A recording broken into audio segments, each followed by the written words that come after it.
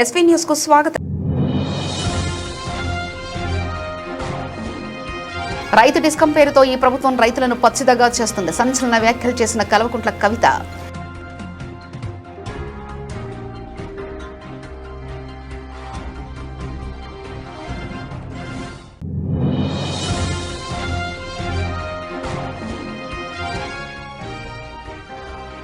పవన్ కళ్యాణ్ పై Jadcherla Congress MLA Anirudh Reddy fire. Pawan ను package star గా అభివర్ణించిన MLA.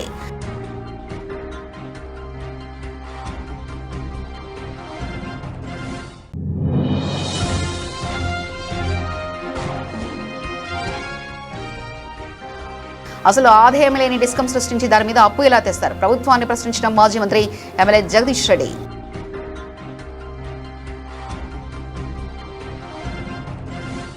రైతు డిస్కం పేరుతో ఈ ప్రభుత్వం రైతులకు పచ్చిదగా చేస్తుందని తెలంగాణ రక్షణ సేన అధ్యక్షురాలు కల్వకుంట్ల కవిత అన్నారు. నిజంగా ఈ నిర్ణయం మంచిదే అయితే 6 నెలల నుంచి ప్రభుత్వం ఎందుకు రహస్యంగా ఉంచిందని నిలదీశారు. ఈ అంశాన్ని అసెంబ్లీలో ఎందుకు చర్చ పెట్టలేదని ప్రశ్నించారు. ఇవాళ రైతు పేరు మీద ఒక డిస్కం పెట్టి రైతును మోసం చేస్తుంది సార్ ప్రభుత్వం. ఎందుకంటే 6 నెలలుగా ఇప్పుడు ఇందాక ప్రభుత్వం యొక్క ప్రతినిధి గారు చెప్పినట్టు 6 నెలలుగా ఈ ప్రాసెస్ జరుగుతున్నట్టయితే యావత్తు తెలంగాణలో ఉన్న రైతులకు మంచి చేసే పథకం అయితే ఒక పవర్ మినిస్టర్ గారు, ఒక వ్యవసాయ శాఖ మంత్రి గారు, ముఖ్యమంత్రి గారు రైతులతో చర్చించరాదా సార్? రైతులతో మాట్లాడరాదా సార్? ఇది ఎందుకు మీకు మంచిది, ఎట్లా మంచిదని అపోహలు లేకుండా చేయరాదా? అంటే the very intention is mala fide sir.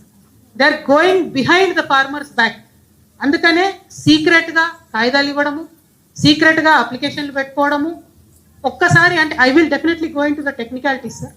Intention ఏంది ప్రభుత్వం అనేది ఒకసారి ఆలోచన చేసుకోవాలి సార్. ఎందుకు ఈ మాట అంటూ ఉన్నామంటే రైట్ రాయల్గా రైతుకు మేలు చేసేదైతే ఖచ్చితంగా ముఖ్యమంత్రి గారు ప్రెస్ మీట్ పెట్టి చెప్పేవాళ్ళు సార్. ఖచ్చితంగా వ్యవసాయ శాఖ మంత్రి గారు స్టేక్ హోల్డర్స్ ఇన్వాల్వ్ చేసి మాట్లాడేవారు. ఇవాళ అది జరగలేదు. అసెంబ్లీలో ఇంత పెద్ద అంశం మీద డిస్కషన్ జరగడం లేదు. అసెంబ్లీలో బిల్లు ప్రవేశపెట్టండి. ఎందుకు చేయడం లేదు మీరు? If you are committed, if you are serious, if you are not lying, why are you not discussing this in the assembly? ఇవాళ వచ్చి పబ్లిక్ హియరింగ్ లో ప్రతిపక్షాలన్నీ ఇక్కడ నిలబడి మాట్లాడాల్సినటువంటి పరిస్థితి వచ్చిందంటే definitely there is a mala fide intention of the government sir. AP deputy CM Janasena అధినేత పవన్ కళ్యాణ్ పై Telangana Congress MLA Anirudh Reddy సంచలన వ్యాఖ్యలు చేశారు. పవన్ ఒక ప్యాకేజ్ స్టార్ అని అభివర్ణిస్తూ భవిష్యత్తులో వైఎస్ జగన్ ఎక్కువగా ప్యాకేజ్ ఇస్తే ఆయనకు మద్దతు ఇవ్వడానికి కూడా వెనకాడరని ఎద్దేవా చేశారు. జడ్చర్ల ఎమ్మెల్యే అనిరుద్ రెడ్డి చేసిన ఈ వ్యాఖ్యలు రాజకీయంగా కలకలం రేపుతున్నాయి. ప్రముఖ రాజకీయ విశ్లేషకుడు ప్రొఫెసర్ కె నాగేశ్వరరావును విమర్శించే స్థాయి, అర్హత పవన్ కళ్యాణ్ కు లేదని అనిరుద్ రెడ్డి తెలిపారు. మాట్లాడే అర్హత పవన్ కళ్యాణ్ కి లేదు, నిజంగా ఆయనకు లేదు. ప్రొఫెసర్ నాగేశ్వరరావు గారు ఆయన ఒక ప్రొఫెసర్ చదువుకొని వచ్చిన ఆయన ఒక పొలిటికల్ అనలిస్ట్, ఒక ఎక్స్ ఎమ్మెల్సీ. ఆయన గురించి మాట్లాడడం ఆయన గోటికి కూడా ఈయన సరిపోదు పవన్ కళ్యాణ్. ఈయన ఒక ప్యాకేజ్ స్టార్. ఈయన ఒక ప్యాకేజ్ స్టార్ అంటే చంద్రబాబు నాయుడు ప్యాకేజ్ ఇచ్చింది కాబట్టి ఆయనతో ఉన్నాడు. మళ్ళీ అమిత్ షా దగ్గర పోయి మాట్లాడుకున్నామేమో ప్యాకేజ్ కోసం. దమ్ము ఉంటే నాగేశ్వరరావుని అరెస్ట్ చేయాలనుకుంటున్నాను కదా, ఆయనను అరెస్ట్ చేసే ముందు ఆయన ఇంటి ముందు నేను నిలబడతాను. దమ్ముంటే నన్ను అరెస్ట్ చేసినాక ఆయన అరెస్ట్ చేయాలి. తెలంగాణ బిడ్డలను ఎవరినైనా కానీ ముట్టుకోవాలని మీరు ఆంధ్ర నుంచి ఇక్కడికి వస్తే మళ్ళీ గోబాయ్ ఆంధ్ర అని చెప్పేసి మేము స్టార్ట్ చేసినామంటే మీరు ఇక్కడ ఉండలేరు. అయినా కానీ అమరావతి అన్ని పైసలతో ఎందుకు కట్టుకుంటున్నారు? మీరు అందరు తెలంగాణలో ఉంటున్నారు కదా, ఆ పైసలు ఏదో మాకు తెలంగాణ జడ్చర్లలో ఒక 5,000 ఎకరాలు ఇస్తా, ఆ రాజధాని ఏదో రెంట్ 99 ఏళ్ళ లీజ్ ఇస్తా, మీకు ఇక్కడనే ఉండరు, హైదరాబాద్ ఉన్నట్టు ఉంటుంది, ఇక్కడ నుంచి ఆంధ్రాని పాలన ఇచ్చినట్టు ఉంటుంది మీకు. అంది కాబట్టి ఇష్టం వచ్చినట్టు మాట్లాడితే మాత్రం ఊరుకునేదే లేదు మా తెలంగాణ వాళ్ళ పైన. మళ్ళీ రేపు నాకు డౌట్ కూడా వస్తుంది, రేపు వైఎస్ జగన్ ఏమైనా ఎక్కువ ప్యాకేజ్ ఇస్తే జగన్తో ఉంటాడేమో అని కూడా నాకు డౌట్ ఉంది. రైతు డిస్కం ప్రతిపాదనను బీఆర్ఎస్ పార్టీ నిర్వర్ధంగా వ్యతిరేకించింది. అసలు ఆదాయం లేని డిస్కం సృష్టించి దాని మీద అప్పు ఎలా తెస్తారని మాజీ మంత్రి ఎమ్మెల్యే జగదీష్ రెడ్డి ప్రశ్నించారు. దున్నపోతును మన దగ్గర పెట్టుకుని పాలిచ్చే బరిను వేరే వాడికి అప్పగించడానికి ఈ కొత్త డిస్కం వెనుక ఉన్న చీకటి కోణం ఏంటని నిలదీశారు. కొత్త డిస్కం ఏర్పాటు కోసం మీరు చెప్పిన ఒక్క కారణం కూడా సరిగ్గా లేదని ప్రభుత్వం దుయ్యబట్టారు. అప్పుడు ముట్టేటట్లేదు ఉన్న డిస్కమ్లకు అనే మాట కూడా మాట్లాడుతున్నారు. ఉన్న డిస్కమ్లకు ఆదాయాలు ఉన్నాయి. ఎవడైనా ఆదాయం చూసి అప్పిస్తాడు ఈ ప్రపంచంలో. అప్పించేటప్పుడు ఎవడైనా చిన్నోడి నుంచి పెద్దోడి వరకు 10 రూపాయల నుంచి ₹1 కోటి, ₹1,00,000 వరకు వీడు మళ్ళీ తీరుస్తాడా లేదా, ఎట్లా తీరుస్తాడని చూసే ఇస్తారు. బహుశా ఇంతకుముందు వారు మాట్లాడు వేణుగోపాలరావు గారు కావచ్చు, వారు కూడా అది చెప్పినారు. అసలు ఆదాయమే లేని డిస్కమ్స్ క్రియేట్ చేసి దానికి అప్రకల్చర్ ఇస్తారు. ఎట్లా నడుస్తుంది అసలు? దానికి ఆదాయమే లేదు. ఆదాయం ఉన్నది ఎక్కడి నుంచి ఉన్నది? కేవలం ఒక 600-700 కనెక్షన్స్ నుంచి ఉన్నది. కొన్ని lift irrigations, Hyderabad metro water works, ఈ వాటి నుంచి 500-600 కూడా లేవు, వేల మీదనే. ఎందుకనంటే కేసీఆర్ గారు మంచినీళ్ళు ఉచితంగా ఇచ్చాడు భగీరథ దీంట్లో. అది పట్టణాలకైనా గ్రామాలకైనా అక్కడ వసూలు లేవు. అవి కూడా రెవెన్యూ జనరేట్ చేసి కావు. వీళ్ళు చెప్తున్న కారణాలలో తమరు గమనించాల్సింది,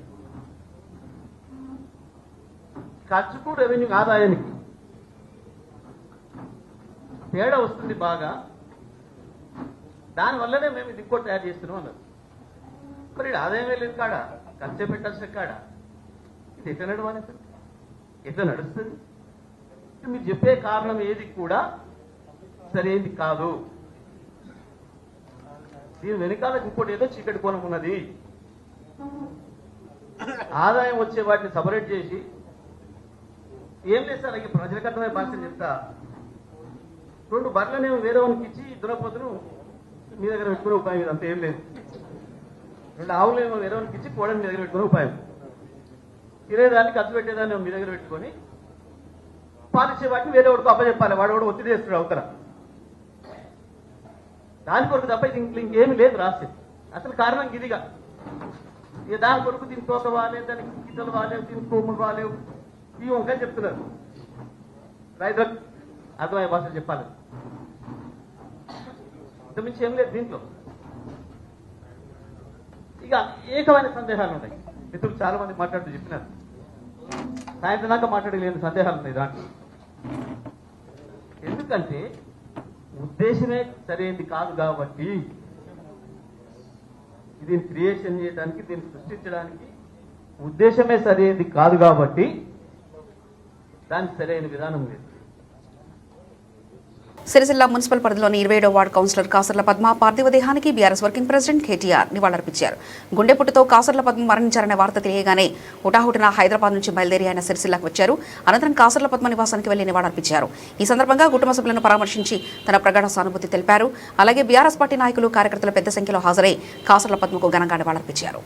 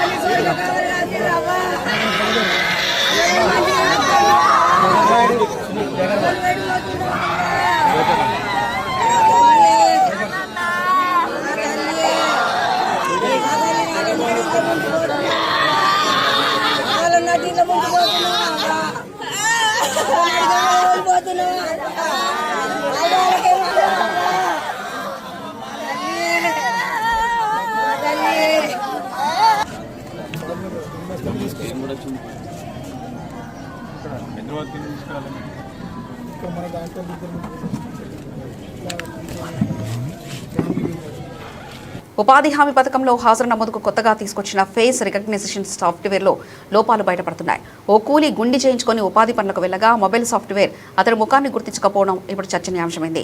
ఎంతసేపటికి ఫేస్ రికగ్నిషన్ కాకపోవడంతో చివరకు పక్కనే ఉన్న మహిళ జుట్టును తలపై కప్పి ఫోటో దిగడంతో యాప్ అటెండెన్స్ను అంగీకరించడం ఇప్పుడు ఆసక్తికరంగా మారింది. వివరాల్లోకి వెళ్తే మహబూబాబాద్ జిల్లా ఇనుగుర్తి మండలం కోమటిపల్లి గ్రామానికి చెందిన మాల్యాల శ్రీను 2 రోజుల క్రితం కొండగట్టు అంజన్న స్వామిని దర్శించుకుని తలనీలాలు సమర్పించారు. గురువారం నాడు ఉపాధి పనులకు వెళ్లగా హాజరు సమయంలో national mobile monitoring system app అతని ముఖాన్ని గుర్తించలేదు.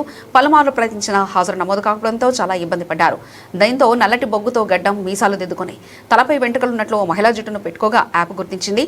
ఇది కాస్త అక్కడున్న ఒకరు వీడియో తీసి సోషల్ మీడియాలో పెట్టడంతో వైరల్గా మారింది. మహాత్మా జ్యోతిబా పూలే భారత రాజ్యాంగ నిర్మాత డాక్టర్ బిఆర్ అంబేద్కర్, బాబు జగజ్జీవన్ రావు వంటి మహనీయుల విగ్రహాల ప్రతిష్టాపనలో ఎదురవుతున్న సమస్యలను సత్వరమే పరిష్కరించాలని రాష్ట్ర షెడ్యూల్ కులాలు తెగల సంక్షేమ శాఖ మంత్రి శ్రీ అడ్లూరి లక్ష్మణ్ కుమార్ అధికారులను ఆదేశించారు. మహనీయుల విగ్రహాలు కేవలం శిల్పాలు కావని అవి సామాజిక చైతన్యానికి, స్వాభిమానానికి, రాజ్యాంగ విలువలకు ప్రతీకలని పేర్కొన్నారు. తెలంగాణ ముఖ్యమంత్రి రేవంత్ రెడ్డి నాయకత్వంలో రాష్ట్ర ప్రభుత్వం దళితులు, గిరిజనులు, బీసీ వర్గాల సామాజిక, ఆర్థిక, విద్యాభివృద్ధికి అత్యంతం కట్టుబడి పనిచేస్తుందని మంత్రి స్పష్టం చేశారు. హైడ్రాలో ఉద్యోగం ట్రాన్స్జెండర్ల జీవితాల్లో కొత్త వెలుగు తెచ్చింది. కొలువు తెచ్చిన గౌరవం వారిలో ఆత్మవిశ్వాసాన్ని నింపింది. ఇక వారు వెనక్కి చూడడం లేదు.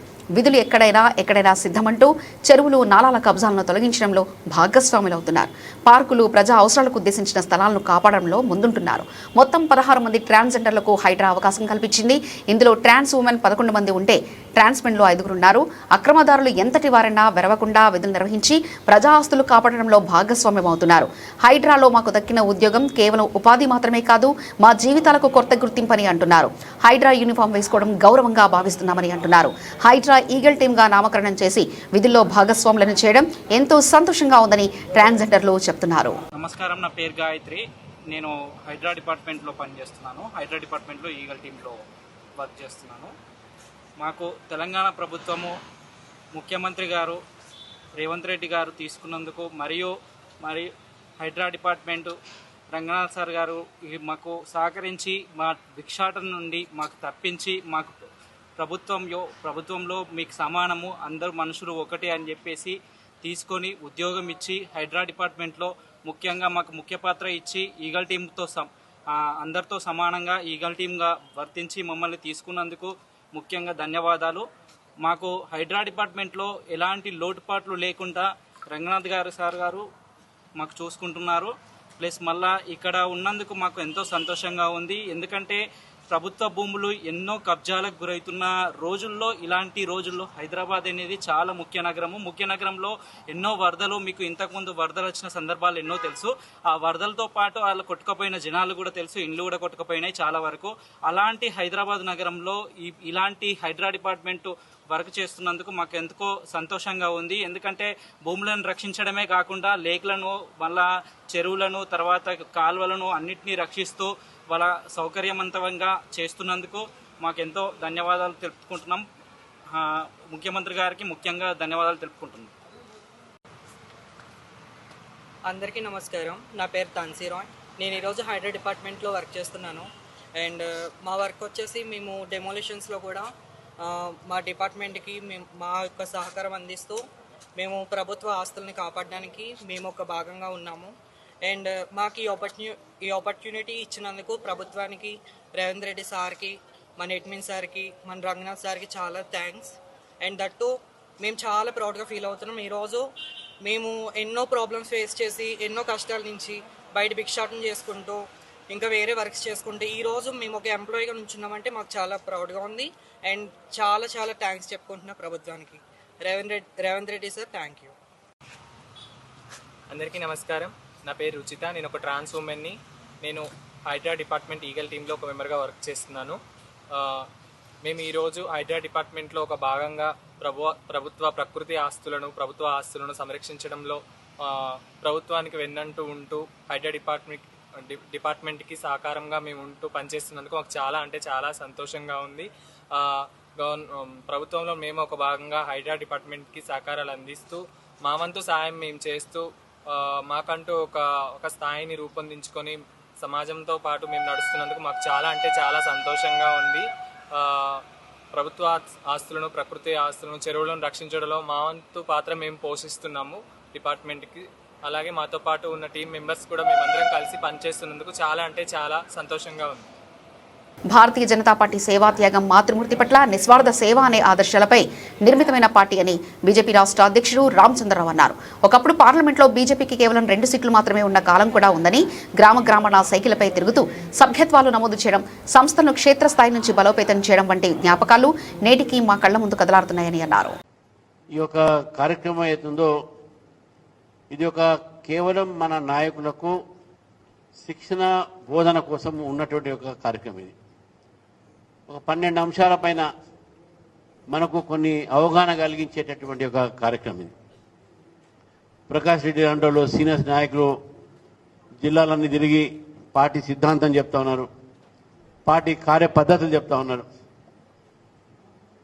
బంగారు సుధి లాంటి వాళ్ళు పార్టీ యొక్క కేంద్ర ప్రభుత్వం యొక్క స్కీమ్స్ చెప్తా ఉన్నారు. ఇవన్నీ కూడా మనకు తెలియాల్సిన అవసరం ఎందుకంటే మనకు రాజకీయ పార్టీ, భారతీయ జనతా పార్టీ రాజకీయ పార్టీ. ప్రజలకు సేవ చేయాలంటే మనకు అధికారం కావాలి అనేటువంటి ఆలోచనతో మనము పార్టీని డెవలప్ చేసుకుంటా ఉన్నాం. గతంలో మనకు కేవలం ఈ దేశంలో 2 సీట్లు ఉన్నటువంటి భారతీయ జనతా పార్టీ. నాకు ఆ రోజు గుర్తున్నది, నేను సభ్యత ఒక మెంబర్షిప్ కోసం, ఎందుకంటే మీ అందరికీ తెలుసు నేను కూడా ఇదే ప్రాంతానికి చెందినవాడిని. నేను వెంకటరామయ్య గారు మన సీనియర్ నాయకులు ఇద్దరం ఆ రోజు ఎక్కువ మంది ఉండకపోతుండే. గ్రామాల్లో సైకిల్ మీద మేము పోయేది. సైకిల్ మీద కోదాడి నుంచి మేము అనంతగిరి వైపు పోతూ ఉంటే దారిలో ఒక చోట ఆగినాం. కొంతమంది 10 మంది ఉన్నారు. వాళ్ళని అడిగినాం బీజేపీలో చేరమని చెప్పి. ఈ బీజేపీ అంటే ఏంది అడిగారు వాళ్ళు.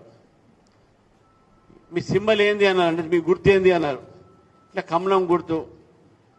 బీజేపీ అని ఉందా, జనతా పార్టీ ఉండే కదా అన్నాడు. లేదు అది వేరే, ఇది వేరే అని చెప్పాం.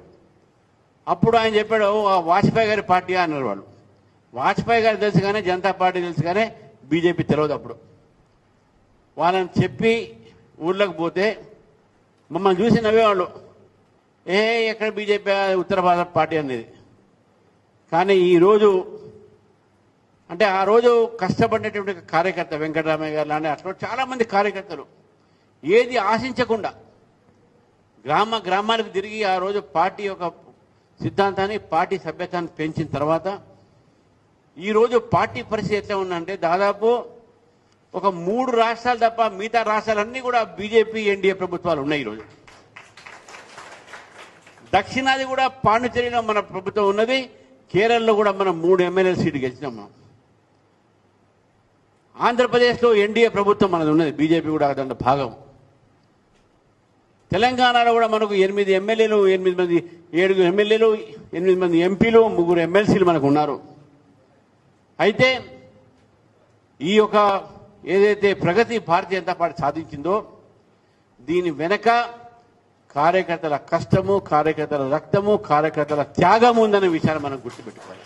తెలంగాణ సీనియర్ జర్నలిస్టులు ఉద్యమకారులను దూషించినందుకు నిరసనగా పవన్ కళ్యాణ్ ఫోటోని చెప్పుతో కొట్టిన తెలంగాణ వాదులు, అమరుల కుటుంబాలు. చెప్పుతోని కొడతాం, మరి చెప్పుతోని కొడతాం. సార్ జోలికి ఎవరు వచ్చినా కూడా ఊరుకునే ప్రసక్తే లేదు. సార్ వెనుక మేమందరం ఉన్నాం. నా తెలంగాణ ప్రజల మీద, ఎవరి మీద ఈ ఆంధ్ర ఓడు ఏ కన్ను వేసినా కండ్లు వీకేస్తాం. మళ్ళా జాగ్రత్త బిడ్డ.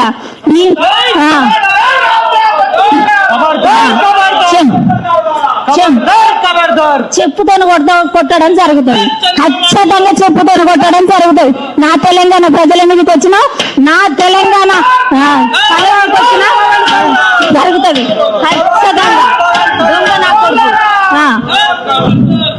నా తెలంగాణ ప్రజల మీదకి రావడానికి హక్కు లేదు, అసలుకే లేదు, పవన్ కళ్యాణ్కి లేదు, మరి ఎవరికి లేదని నేను ఆంధ్ర పాలకులకు ఇక్కడికి రావడానికి హక్కు లేదని నేను హెచ్చరిస్తా ఉన్నా. ఇంకెవరి మీద కూడా ఇటువంటి ఆరోపణలు వేసిన దొంగ నా కొడుకులను చెప్పులతోని అందుతామని హెచ్చరిస్తా ఉన్నాను. ఇగో ఈ దొంగ నా కొడుకులు చెప్పుకొని ఖచ్చితంగా కన్నడం జరుగుతుంది.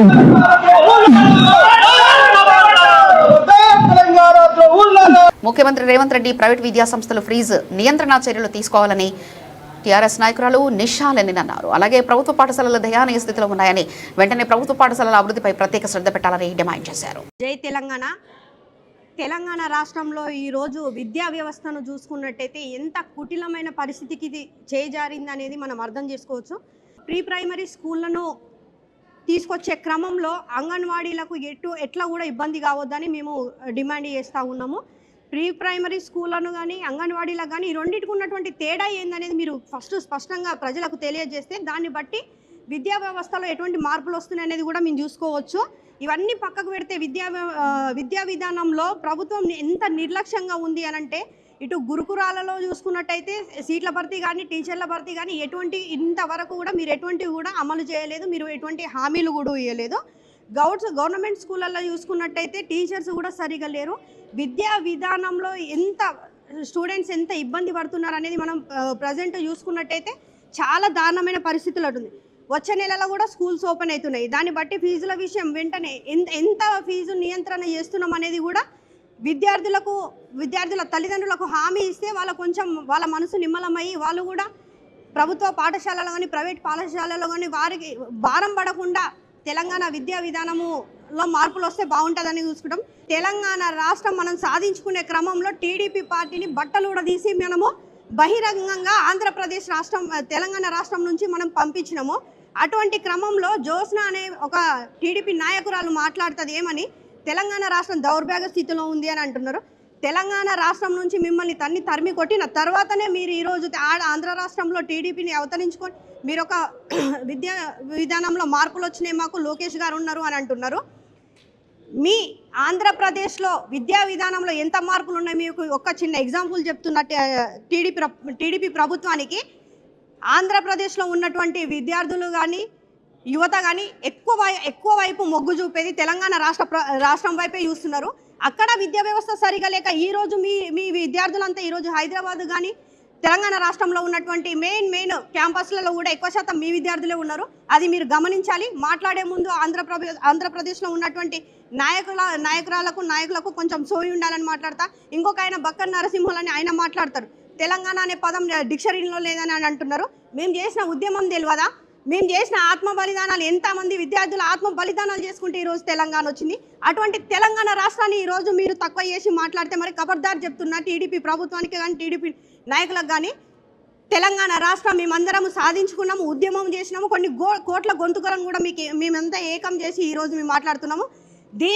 వాళ్ళు ఇన్ని అవమానాలు చేసి వాళ్ళు మాట్లాడుతున్నా కూడా రేవంత్ రెడ్డి గారు ఇప్పటి వరకు కూడా స్పందించకపోవడం నిజంగా అవమానకరమే. తెలంగాణ రాష్ట్ర ప్రతిష్టను పెంచే విధంగా మీరు పనిచేస్తారని మేము అనుకుంటున్నాము. కానీ రోజుకు ఎంత కష్టపడి తెలంగాణ రాష్ట్రాన్ని సాధించుకున్నామో ఈరోజు అంతే ఈజీగా వాళ్ళు అవమానాలు చేస్తుంటే మీరు ఏం పట్టనట్టు నిమ్మకు నీరెత్తనట్లు మీరు ప్రవర్తించడం నిజంగా చాలా బాధాకరంగా ఉంది. రేవంత్ రెడ్డి గారు,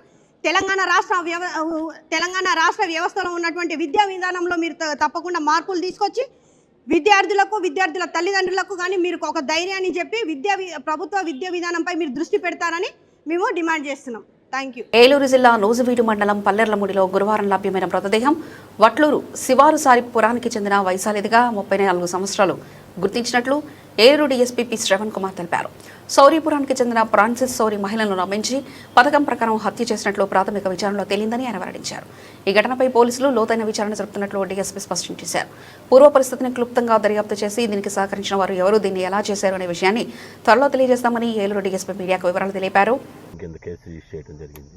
తదుపరి ఆ అమ్మాయి ఫోన్ని కొన్ని లొకేషన్స్లో ఆన్ చేసి ఆఫ్ చేయడంతో మేమంతా కూడా దర్యాప్తు చేయడం జరిగింది. ఈ రోజు నాడు ఆ కాల్ అనాలిసిస్ చేసుకోవటం, దాని ప్రకారం ఏదైతే అదే గ్రామానికి చెందిన సౌరిపురం చెందినటువంటి ఫ్రాన్సిస్ సౌరి అనే అతను ఈ అమ్మాయితోటి మాట్లాడుతున్నట్టుగా తెలిసింది. దాని మీద అనుమానంతో అతన్ని మేము విచారించగా అతని విచారణలో కొన్ని విషయాలు చెప్పాడు. అమ్మాయి ఇతనికి బాకీ ఉన్నట్లు, ఆ బాకీ సమయం గురించి ఎన్నిసార్లు అడిగినా సరిగా బాకీ గురించి చెప్పకపోవటం, దాంతోపాటు ఇతనికి అమ్మాయితో ఉన్నటువంటి ఆ యొక్క దీంతో ఇంటిమసీతోటి కూడా ఇతను నమ్మబలికిది ముందే ప్రణాళిక ప్రకారం ఈ అమ్మాయిని ఈ యొక్క నూజివీడి రూరల్ పట్టణంలో ఉన్నటువంటి రూరల్ ఏరియాలో ఉన్నటువంటి ఈ పల్లెర్లమూడి గ్రామంలోకి తీసుకొచ్చి ఈ పోలవరం కెనాల్ పక్కన ఈ చెట్టడవి లాంటి దగ్గర తీసుకొచ్చి అమ్మాయిని చంపివేసి ఇక్కడ పాతిపెట్టినట్లుగా చెప్పడం జరిగింది. దాంతో మేము ఈ రోజునాడు అతను తీసుకొని మధ్యవర్తుల ద్వారా ఇక్కడ రావడం జరిగింది. ఎంఆర్ఓ గారి సముద్రంలో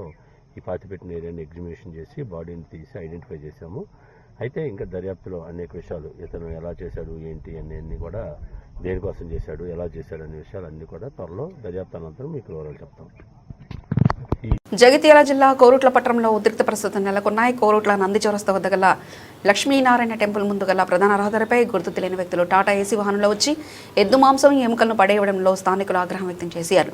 గుర్తు తెలియని వ్యక్తులు టాటా ఏసీ వాహనంలో ఎద్దు మాంసం ఎముకలు తీసుకొచ్చి రోడ్డుపై పడేసినట్లు స్థానికులు తెలిపారు. విషయం తెలుసుకున్న బజరంగ్ దళ్, విశ్వ హిందూ పరిషత్ నాయకులు ఘటనాస్థలానికి చేరుకొని ఆవులను, పశువులను రక్షించాలని కోరుతూ నాయకులు రోడ్లపై బైఠాయించి నిరసన తెలిపారు.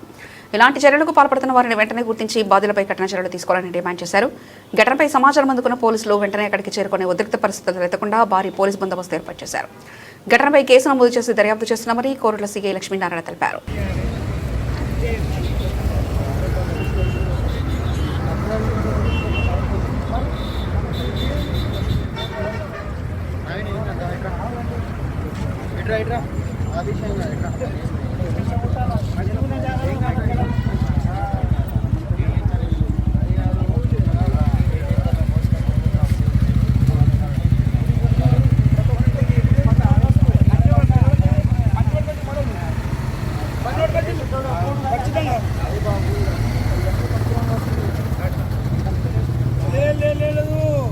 ఇందులో నుంచే ఆయిల్ తీస్తారు, ఇందులో నుంచి బొమ్మ వచ్చిందా మొదల అన్న పెడతారు. మన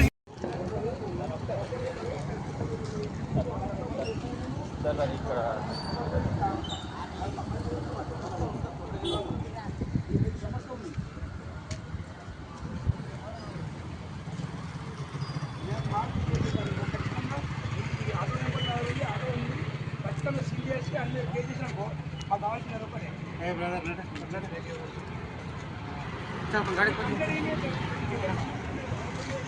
రోడ్డు మీద ఉన్నాయి. కంప్లైంట్ ఇక్కడే మీరే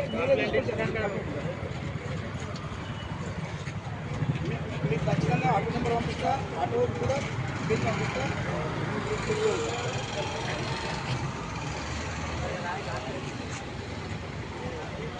విషయం లేదు సార్, మీకు ఎక్కువ కదా.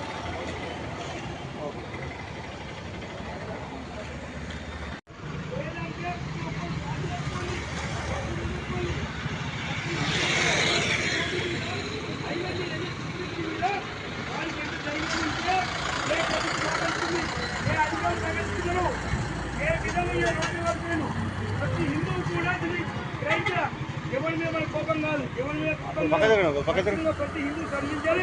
లేదంటే పందులు యాదుల్ని, ప్రతి హిందువు కూడా పందులు యాదుల్ని మీరు ముందు పంపింది. పందులు పంపించాలి మనం. లేదంటే ప్రతి హిందూ మళ్ళీ వాళ్ళకి ఇస్తాం పాటు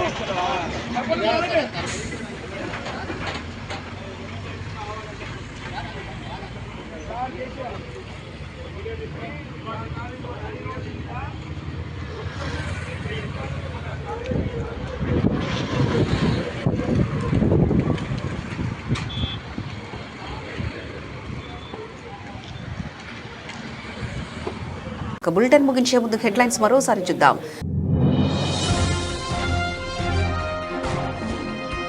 రైతు డిస్కం పేరుతో ఈ ప్రభుత్వం రైతులను పచ్చిదగా చేస్తుంది. సంచలన వ్యాఖ్యలు చేసిన కల్వకుంట్ల కవిత.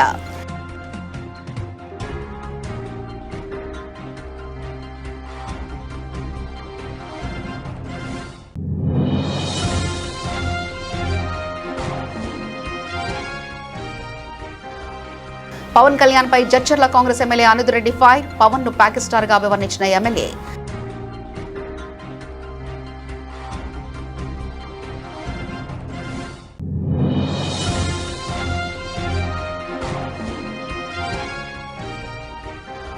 అసలు ఆదాయం లేని డిస్కం సృష్టించి దాని మీద అప్పు ఎలా తెస్తారు? ప్రభుత్వాన్ని ప్రశ్నించిన మాజీ మంత్రి ఎమ్మెల్యే జగదీష్ రెడ్డి.